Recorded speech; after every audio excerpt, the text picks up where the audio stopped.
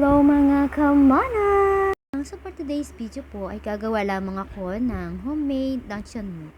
Sa isang lagayan, gagawin lamang ako ng 1/2 cup ng water, 4 tablespoon ng cornstarch, 1 tablespoon ng sugar, 1/2 teaspoon ng salt, or much better kung pink salt, and 1 teaspoon ng ground pepper.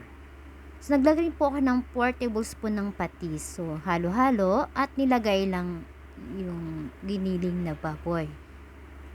So, imekos-mekos lang natin yan insan. Okay, para mag-combine ang lahat ng ingredients na nilagay natin.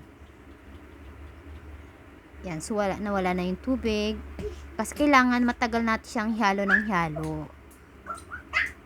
Ayan, nilagay ko na sa lyanera. So, 3 lyanera yung aking nagamit. Yan, pinuno ko siya. Yan. Ganyan lang. So, 3 yung nalagyan ko. Yan. Lagyan ko na rin siya ng plastic kasi wala naman po akong aluminum foil. Kaya okay na yan. Yan. So, nilagay ko siya sa ref. Magdamag ko siyang iniwan dyan. At kinaumagahan, in-steam ko siya ng 15 minutes. Para malaman natin kung luto na siya. I-press natin yung ibabaw kung matigas na.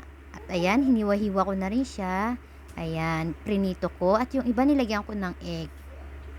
Kain na po tayo. Salamat po sa panunood. Bye-bye!